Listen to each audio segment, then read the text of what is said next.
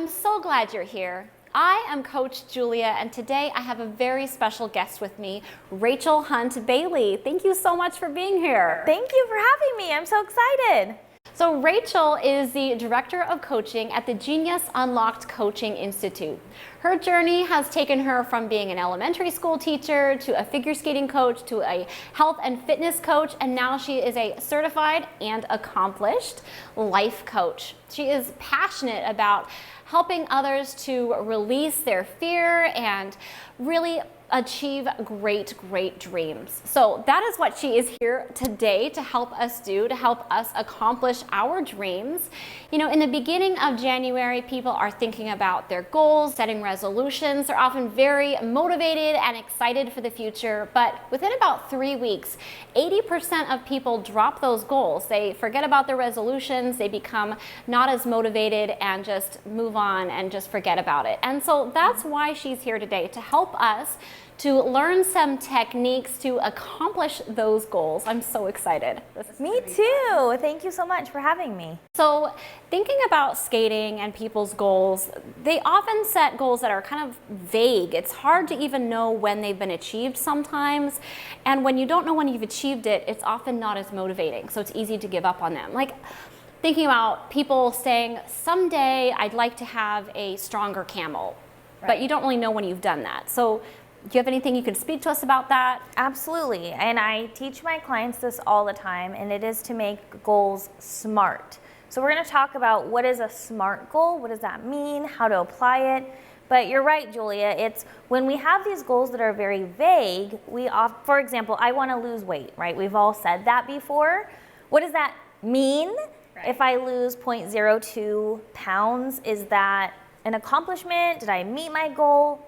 Maybe, maybe not. I don't know until I get very specific about what number I want to see or what size pants I want to be wearing. And we can apply that same to skating.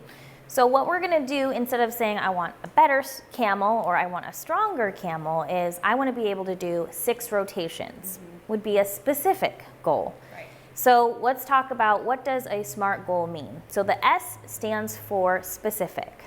This could look like a number of rotations. It could look like I want it to be at a certain velocity, or I want to be able to do 3 rotations in a camel and then 3 rotations in a sit, and then be able to stand up. That would be very specific.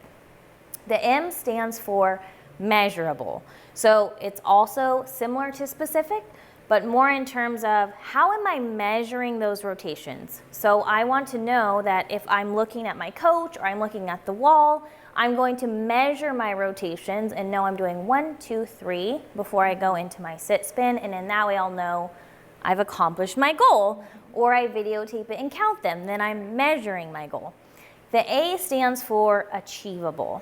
So we're going to get to timed in just a minute, but achievable and timed go together.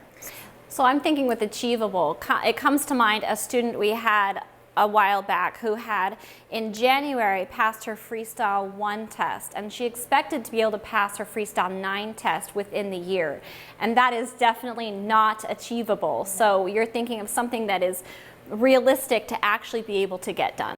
Absolutely. So it has to do with that time factor. So is it achievable to get to Freestyle 9? People have done it, therefore it is achievable. Is it achievable to do that in 1 year? Absolutely not. No. Absolutely not. And so we want to make sure your goal is realistic and achievable to your current skill level and how often are you skating.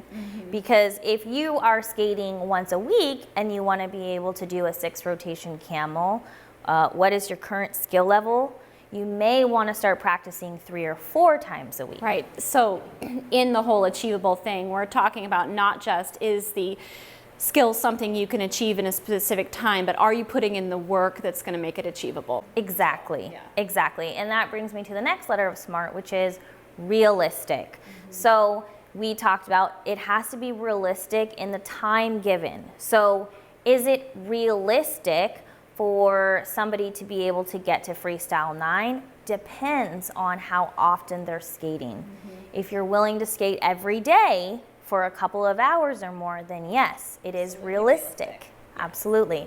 If that's not realistic for you, for your lifestyle, for your current situation, then you're gonna set a different goal that is realistic. And then that's the last letter is T for timed.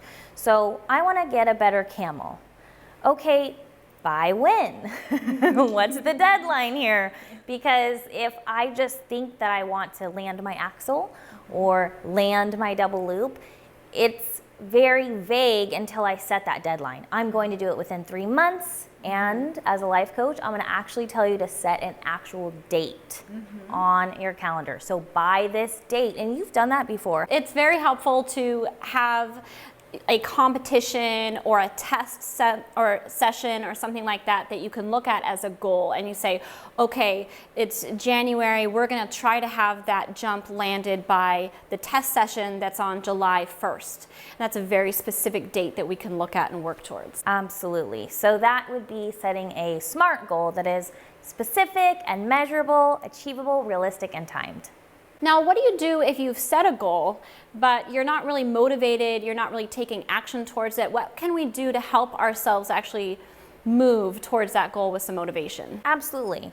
So I have students, and I'm sure you've had students before that say, I want to land my axle this year. I really want to do that. And that's a big goal, and it is a big deal. So oftentimes what we will see happen is students start out with a lot of enthusiasm and they go every day and they're working really hard, and then it gets tough.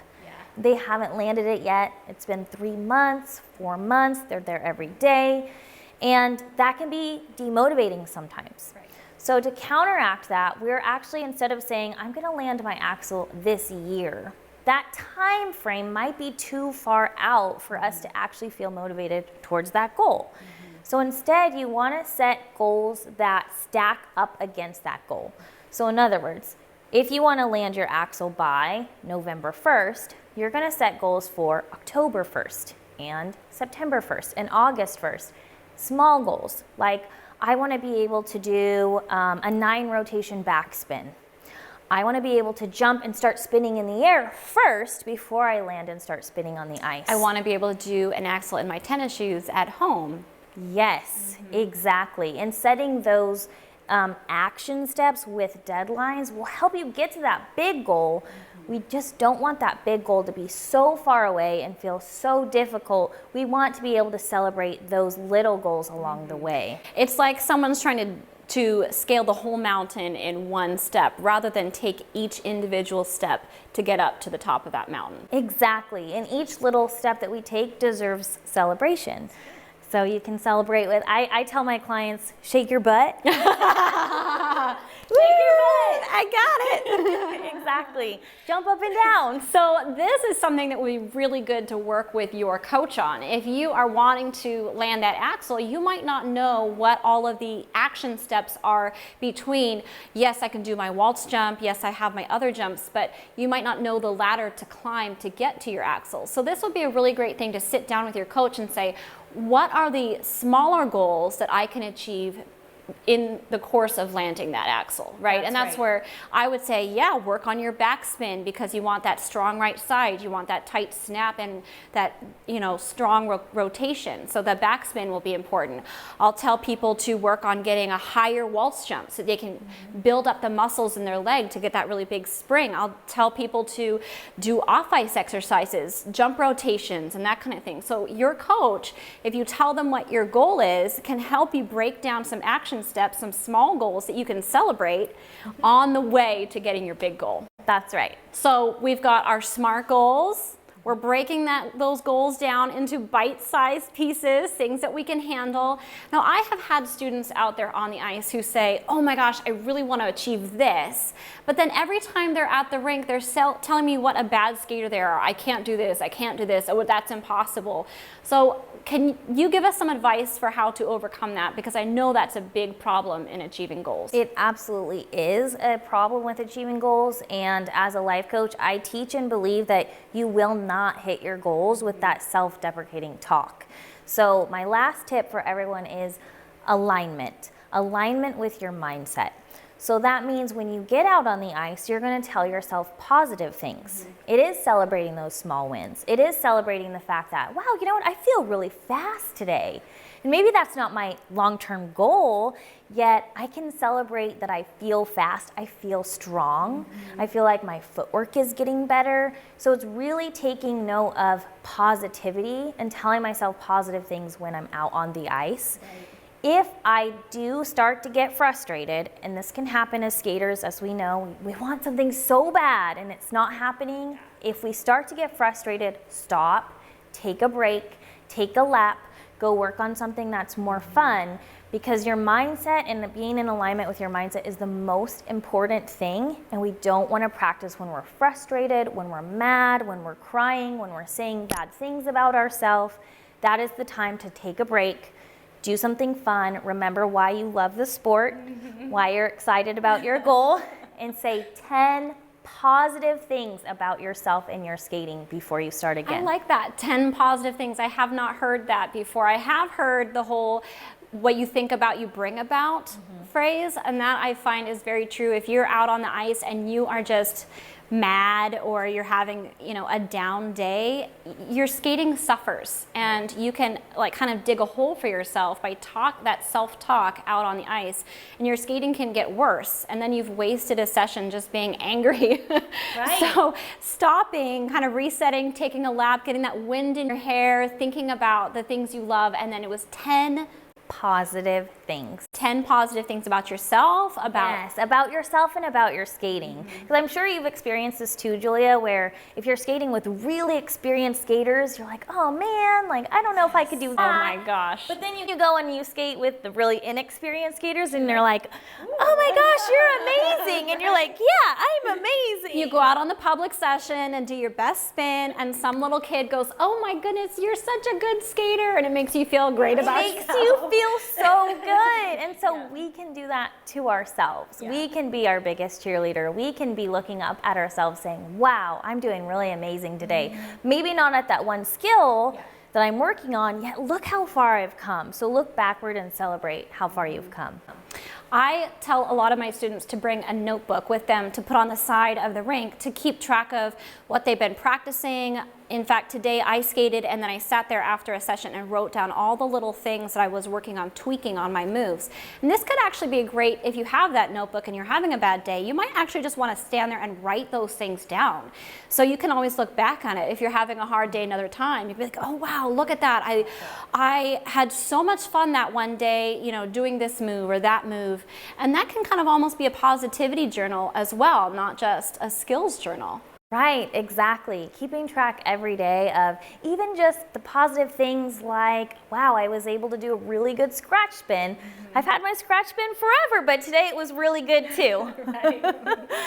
Rachel, I'm having so much fun with this, and I am excited about talking with you more just in person about my goals. How can my skaters get more information from you? Absolutely. Well, they can find me on a podcast.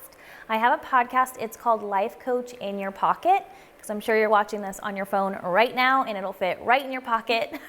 So now you'll remember the name of my podcast. Click the description and I'll put a link to your podcast down below so you guys can connect with Coach Rachel a lot more. Thank you so much for being here. This has been so much fun. I hope you guys enjoyed this. I'm really looking forward to reading all your comments in the description down below. If you enjoyed this video, please do give us that thumbs up. And as always, if you haven't hit that subscribe button yet, go ahead and do that so you can see all my videos when they come out. Happy skating, and I'll see you next time. Bye.